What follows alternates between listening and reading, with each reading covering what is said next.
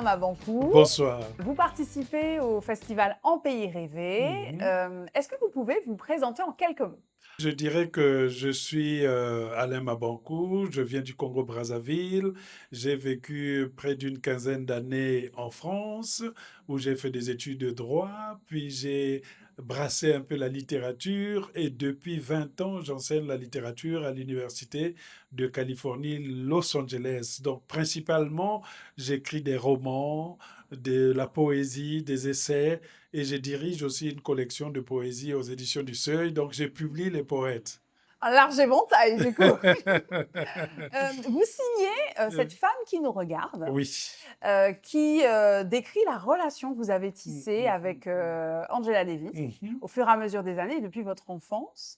Est-ce que vous pouvez nous en dire un petit peu plus? Mais en fait, depuis mon enfance, j'étais fasciné par cette femme, Angela Davis, tout simplement parce que dans la bibliothèque de mon oncle, il y avait le livre, son autobiographie, avec cette belle photo, cette coupe afro qui était teintée de lumière. Et chaque fois, ma mère, qui n'est pas allée à l'école, pensait que lorsque nous étions assis à table, qu'Angela Davis nous regardait. Et un jour, il a demandé à mon père, qui est cette femme qui nous regarde? Et du coup, moi, des années plus tard, j'écris ce livre, Cette femme qui nous regarde, qui est une sorte de vision que j'ai personnellement d'Angela Davis, parce qu'elle a défendu nos droits, parce qu'elle a donné du pouvoir à la femme, parce qu'elle a donné du pouvoir à ceux qui étaient les plus brimés, et aussi parce qu'elle incarne aujourd'hui la nouvelle pensée que nous avons sur la manière de tolérer les autres, les manières de passer la culture. Donc, cette femme qui nous regarde est à la fois une autobiographie pratiquement d'Angela Davis que j'ai vue et après, peut-être aussi mon propre itinéraire. Quand vous parlez Les deux des se autres, mêlent. les deux se mêlent. C'est ça que je voulais en parallèle parler d'Angela Davis et comment j'ai connu Angela Davis, que je n'ai jamais vue à cette époque-là, mais que je n'ai croisée que plus tard à Paris, à la fête de l'Humanité. Et justement, comment s'est passée la rencontre? Parce que je crois que ça a été décisif pour vous. Ben, la rencontre était intéressante parce que pour moi, elle pouvait être ma mère, pour moi, elle pouvait être de ma famille.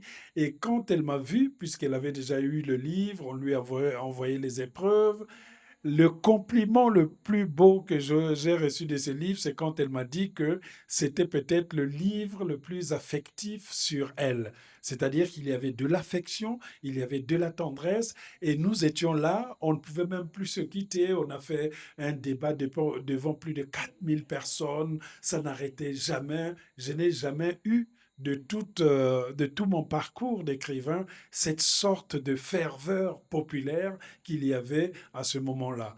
Donc, au fond de moi, cette rencontre restera peut-être au panthéon même des gens que Oh! j'ai rencontrés jusqu'alors, et Dieu sait que j'en ai rencontré.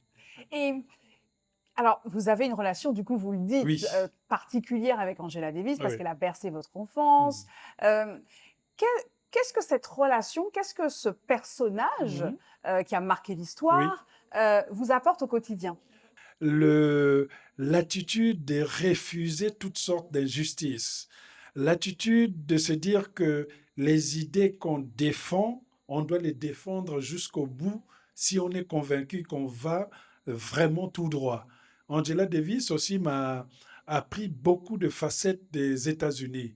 Le côté un peu racial, le côté un peu peut-être dénigrant des autres, mais surtout aussi beaucoup de principes. Par exemple, Angela Davis voudrait qu'on abolisse les prisons. Elle estime que les prisons sont devenues du business. Les gens font des prisons parce qu'on a besoin de fabriquer des habits pour donner aux C'est un prisonniers, système, en fait. voilà, fabriquer des sortes de ceintures de sécurité pour repérer les prisons, construire tout, la nourriture. Donc, Mmh. aujourd'hui, on a besoin de beaucoup de prisonniers pour faire fonctionner ces industries. Or, on ne peut pas à la fois punir des gens et dire que les gens qu'on punit sont de la matière à vendre. Et c'est ça Exact. qu'elle m'a appris beaucoup sur la réflexion qu'il y a à faire sur la prison. Et enfin, elle m'a beaucoup appris aussi sur la question palestinienne, parce qu'elle a connu Yasser Arafat, parce qu'elle est pour la liberté des peuples. Et donc, pour moi, c'est un exemple même à la fois intellectuel, social et culturel. Eh bien, écoutez, Alain Mamankou, merci beaucoup pour cet échange. Merci Et beaucoup. puis, je vous souhaite un bon festival. Merci beaucoup et à très bientôt. À très bientôt. Merci Merci. encore. Merci.